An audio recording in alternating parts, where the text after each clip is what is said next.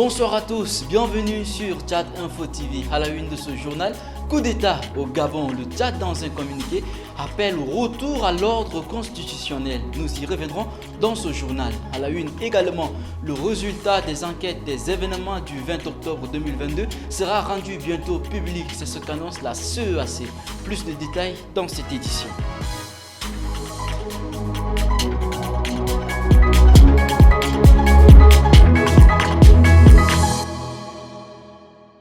Le Tchad appelle au retour à l'ordre constitutionnel au Gabon, selon le communiqué sien du porte-parole du ministère tchadien des Affaires étrangères, Ibrahim Adam Mahamat. Il invite à une réunion de la CEAC sur la situation du Gabon. Suivez le reportage de Rassem Mordim Leila. Quelques heures après le coup d'État qui a renversé le président Ali Bongo Ondimba, le Tchad appelle à un retour à l'ordre constitutionnel et demande un sommet d'urgence sur les Gabon. Aussitôt, l'appel des autorités de transition provoque stupéfaction dans le rang des opposants. Le régime actuel du Tchad, qui est une émanation d'un coup d'État constitutionnel, qui a supprimé la Constitution, instauré une charge imposée, qui a imposé un type de dialogue non transparent, qui a abouti à la répression sanglante de plus de 300 Tchadiens, revient maintenant comme si c'est un régime qui a une certaine légitimité populaire et exige le retour à l'ordre constitutionnel. De quel ordre constitutionnel parle-t-on? Je peux dire le coup d'État en Afrique francophone surtout, dernièrement devenu monnaie courante. Au Gabon, il y a une famille qui gouverne le pays par une main de fer pendant l'année 1967, ou soit presque 53 ans de pouvoir. Donc, si vous comparez ces deux coups d'État en Afrique francophone, vous pouvez voir exactement de quoi je parle.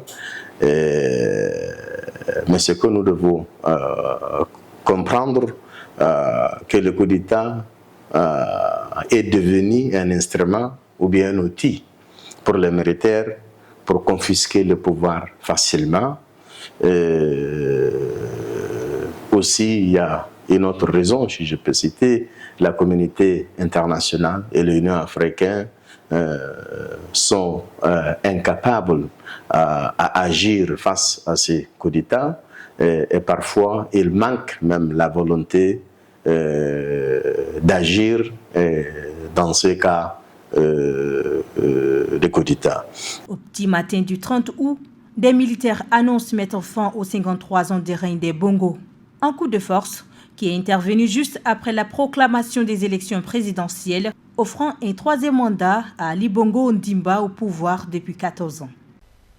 Les résultats des enquêtes sur les événements du 20 octobre 2022 à N'Djamena seront bientôt disponibles. Annonce faite par la CEAC, Communauté économique des États de l'Afrique centrale. Récit de Ghislaine Alataron.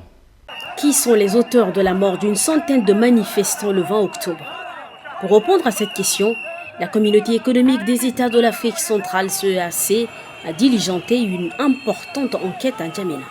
Au bout des mois de travail, l'équipe annonce que le rapport sera bientôt publié, sans fixer une date exacte. Et pour le leader des transformateurs, elle l'appelle à regagner le pays. Il lui a été clairement dit de ne pas être en dehors du processus de transition, processus mis en place. C'est très important comme acteur politique. Rentré au Tchad, il a été bien dit au gouvernement et le gouvernement ne trouve pas d'inconvénients. Même hier, pendant nos réunions, nous avions parlé et Masra va rentrer pour continuer son travail. Personne ne l'a interdit d'être en exil ni de ne pas rentrer au pays. Le 20 octobre 2022, une manifestation contre la prolongation de la transition a éclaté au Tchad. Elle a fait une centaine de morts et les auteurs sont restés inconnus. Le Conseil national pour la sauvegarde de la patrie, CNSP du Niger, donne l'ordre à la police d'expulser l'ambassadeur de la France. Ceci suite au non-respect de l'ultimatum de 48 heures donné par les militaires à l'ambassadeur de quitter le territoire nigérien. Suivez le récit de Ghislaine Alataron. Niamey passe à la vitesse supérieure dans le bras de fer qui l'oppose au Quai d'Orsay. Ce matin, le gouvernement nigérien instruit ses services de police d'expulser l'ambassadeur de France, Sylvain Ité, de son territoire. Les cartes diplomatiques et les visas de l'intéressé et des membres de sa famille sont annulés. Les services de police sont instruits afin de procéder à son expulsion, lit-on dans le communiqué. Il y a quelques jours, un ultimatum de 48 heures a été accordé à ce dernier de quitter le sol nigérien. Une requête que Paris a rejetée en bloc. Selon elle, les militaires au pouvoir n'ont pas l'agrément de demander le départ d'un ambassadeur. Depuis la prise du pouvoir des militaires le 26 juillet, le ton ne fait que monter entre Niamey et Paris. La France condamne le coup d'État et exige le retour à l'ordre constitutionnel. Dans les rues de Niamey, des manifestations au slogan anti-français se multiplient. Par décret numéro 2304/PT/2023 du 31 août 2023, la commission permanente chargée de l'organisation du pèlerinage Hajj et Umrah est dissoute, selon un communiqué publié cet après-midi. Après 4 jours, les rideaux viennent d'être tirés sur la 22e édition de la Commission nationale d'affectation et des mutations CONAM. Bekoutou Junior et Boyom Krios ont suivi pour nous.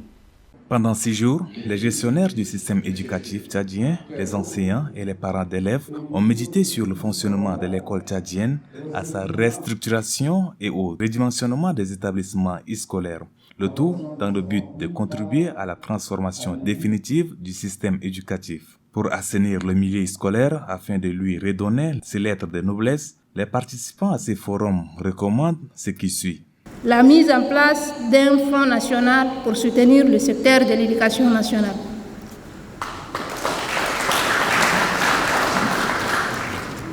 La dépolitisation de l'école et de l'administration scolaire.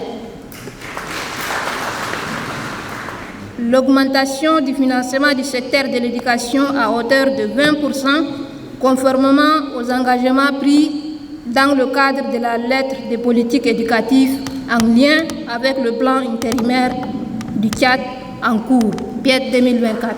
Ils ne se sont pas arrêtés là. Dans l'unanimité, ils recommandent la révision de la contribution des parents d'élèves pour le bon fonctionnement de l'école tchadienne. École primaire, inscription 2500 francs.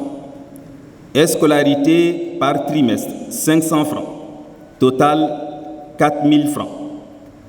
Collège d'enseignement général, inscription 3 000 francs. Scolarité par trimestre, 3 000 francs. Total, 12 000 francs. Lycée d'enseignement général, 3 000 francs l'inscription. Scolarité trimestrielle, 3 000. Et total, 12 000 francs. Lycée d'enseignement technique, inscription 10 000 francs. Scolarité par trimestre, 5 000 francs et total 25 000 francs. Garant de l'école tchadienne, le ministre de l'Éducation nationale et de la promotion civique rassure de sa disponibilité à veiller à l'application de ces recommandations. Je puis vous assurer que je veillerai personnellement à la mise en œuvre effective de ces recommandations et résolutions afin que l'école tchadienne retrouve ses lettres de noblesse en cette période de la refondation du Tchad. Il faut savoir que ces forums souhaitent répondre à une seule problématique, celle de la refondation de l'école tchadienne comme souhaité par le dialogue national inclusif et souverain. Très réputée grâce à l'exploitation du pétrole, la ville de Krim Krim rencontre plein de difficultés pour son éclosion. Manque d'emploi pour la jeunesse, des structures sanitaires et scolaires. Des responsables de la localité appellent à l'aide dans ce reportage que vous propose Rassem Mordim Leila. Krim Krim, à première vue, on dirait que c'est une ville fantôme.